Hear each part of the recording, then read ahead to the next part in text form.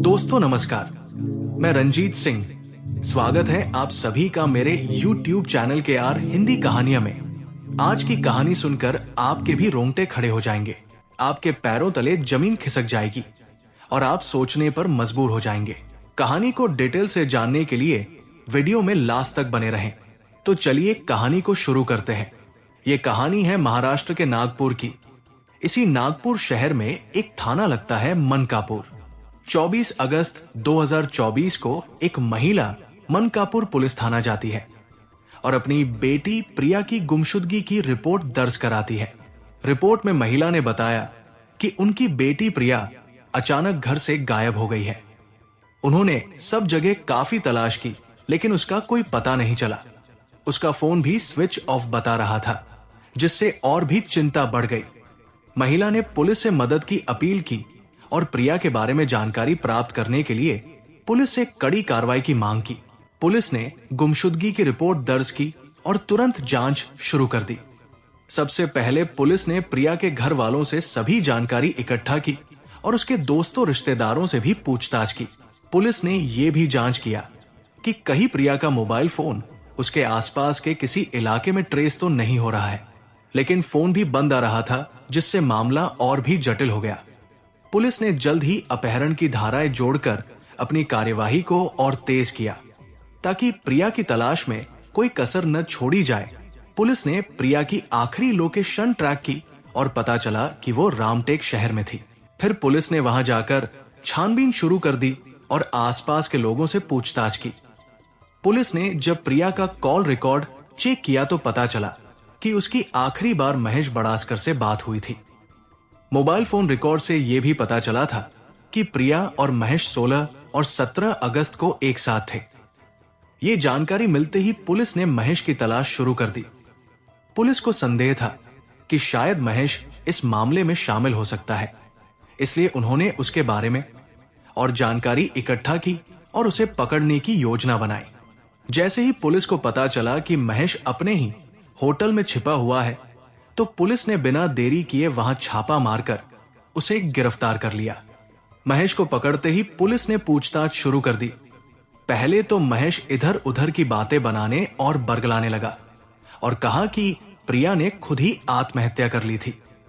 लेकिन जब पुलिस ने उसके साथ थोड़ी सख्ती दिखाई और सबूत होने का दावा किया, तो महेश के चेहरे का रंग उड़ गया और सच बोलने के लिए मजबूर हो गया। महेश ने यह बताया कि उसने प्रिया को जहर देकर मारा और फिर उसे एक सुनसान जगह पर ले जाकर दफना दिया। पुलिस महेश को तुरंत उसकी बताई गई जगह पर ले गई, जहां प्रिया को दफनाया गया था।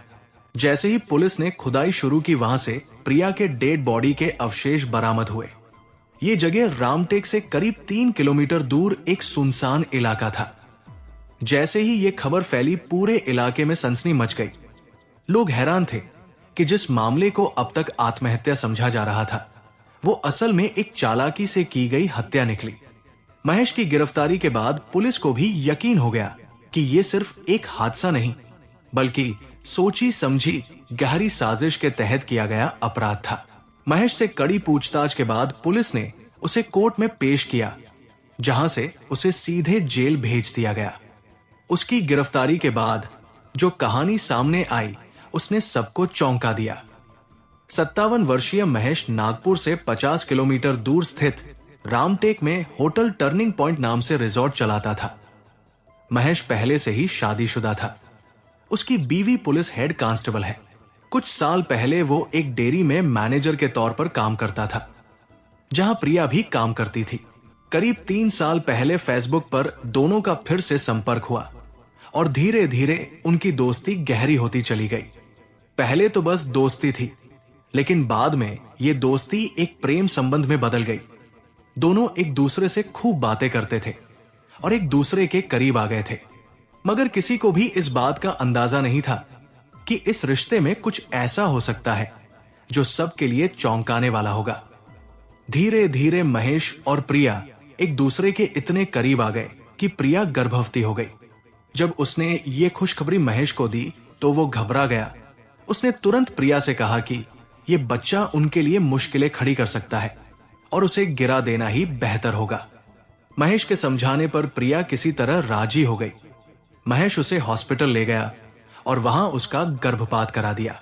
प्रिया के लिए यह बेहद दर्दनाक और कष्टदायक समय था, लेकिन वो महेश की बातों में आ गई थी और इस पर भरोसा कर रही थी। प्रिया को लगता था कि महेश अब भी उसकी जिंदगी का हिस्सा बनेगा और इसीलिए उसने महेश पर शादी का दबाव बनाना शुरू कर दिया।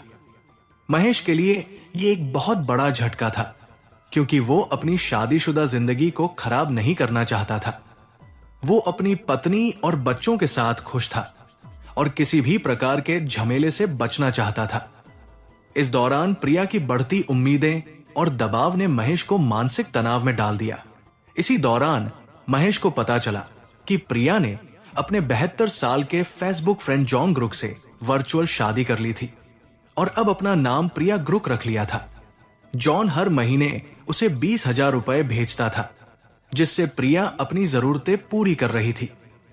इसके अलावा उसको यह भी पता चला था कि प्रिया सांगली के एक और शख्स के साथ भी रिश्ते में थी। यह सब जानकर महेश का गुस्सा और बढ़ गया। फिर उसने एक खौफनाक साजिश को अंजाम देने का ठान लिया।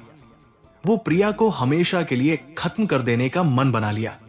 साजिश के तहत 16 और 17 अगस्त की रात को उसने प्रिया बागड़े को अपने रिसोर्ट में बुलाया और धोखे से जहर देकर उसकी जान ले ली। मौत के बाद 17 अगस्त को उसने प्रिया के शव को रामटेक से 3 किलोमीटर दूर सुनसान जंगल में दफना दिया। महेश ने इस हत्या के बाद अपनी ये योजना सोच समझकर बनाई थी। उसने पहले ही ये तय कर लिया था कि अगर पुलिस उस तक पहुंचने में सफल हो भी जाती है तो वो इसे आत्महत्या का रूप देने की पूरी कोशिश करेगा। महेश का मानना था कि पुलिस उसकी बातों पर यकीन करेगी, क्योंकि पोस्टमार्टम रिपोर्ट में मौत का कारण जहर से होना साबित हो रहा था। उसके मुताबिक यह हत्या को आत्महत्या साबित करने में मदद करेगा। उसने पूरी कोशिश की थी कि मामले को इतनी आसानी से न सुलझने दिया जाए ताकि वो किसी भी दबाव या जान से बच सके और पुलिस को गुमराह कर सके। लेकिन कहते हैं कि चाहे जितना चालाकी से किया गया अपराध आखिरकार सामने आ ही जाता है। महेश ने जितना भी सोच समझकर और योजना बनाई, लेकिन सच हमेशा किसी न किसी रूप में सामने आ ही जाता है। पुलिस ने मामले की गंभीरता से जानकारी जुटानी शुरू की और कई अहम सुराग मिले जो महेश की ओर इशारा करते थे। शुरुआत में महेश ने हर रास्ते को बंद कर लिया था, लेकिन पुलिस ने उसकी झूठी कहानी और सबूत को खंगालते हुए उसे पकड़ लिया। धीरे धीरे सारे राज खुलने लगे। महेश को एहसास हुआ कि उसे अपनी करनी का खामियाजा जरूर भुगतना होगा। पुलिस ने उसके खिलाफ चार्जशीट दाखिल कर उसे कोर्ट में पेश किया गया, जहां से उसे जेल भेज दिया गया। इस कहानी से एक जरूरी बात समझ में आती है कि किसी भी रिश्ते में दोनों की जिम्मेदारी होती है, लेकिन प्रिया की भी कुछ गलतियां थी। उसने झूठ और धोखाधड़ी से काम लिया, जिससे बात और बिगड़ गई। ये कहानी हमें ये सिखाती है कि रिश्तों में सच्चाई, भरोसा और सम्मान बहुत जरूरी है। अगर हम एक दूसरे के साथ ईमानदार रहें और धोखा ना दे तो ऐसे हालात नहीं बनेंगे। जिंदगी में सभी से गलतियां होती हैं, लेकिन उनके सुधार करना और उनसे सीखना सबसे अहम है। हमारा उद्देश्य यह है कि लोग इन घटनाओं से सीखें और गलत रास्ते पर चलने से बचें। यह कहानी हम सबके लिए चेतावनी है, जो हमें बताती है कि जीवन में सही फैसला लेना कितना जरूरी है। हमें मिलकर एक बेहतर समाज बनाने की कोशिश करनी चाहिए, जहां प्यार और ईमानदारी की अहमियत हो। दोस्तों, इस कहानी को सुनाने का उद्देश्य किसी का दिल दुखाना नहीं है, किसी को परेशान करना नहीं है, बल्कि आपको जागरूक करना है और आपको सचेत करना है, ताकि आप लोग सतर्क रहें और सावधान रहें। तो दोस्तों, कैसी लगी ये स्टोरी कमेंट जरूर करें, वीडियो को लाइक करें और अपने दोस्तों को शेयर भी करें। और आपसे गुजारिश है कि मेरे चैनल को सब्सक्राइब जरूर करें और कमेंट बॉक्स में अपना नाम और कहां से देख रहे हैं, अपने शहर का नाम जरूर लिखें। फिर मिलेंगे ऐसी ही किसी सच्ची स्टोरी के साथ। तब तक के लिए धन्यवाद।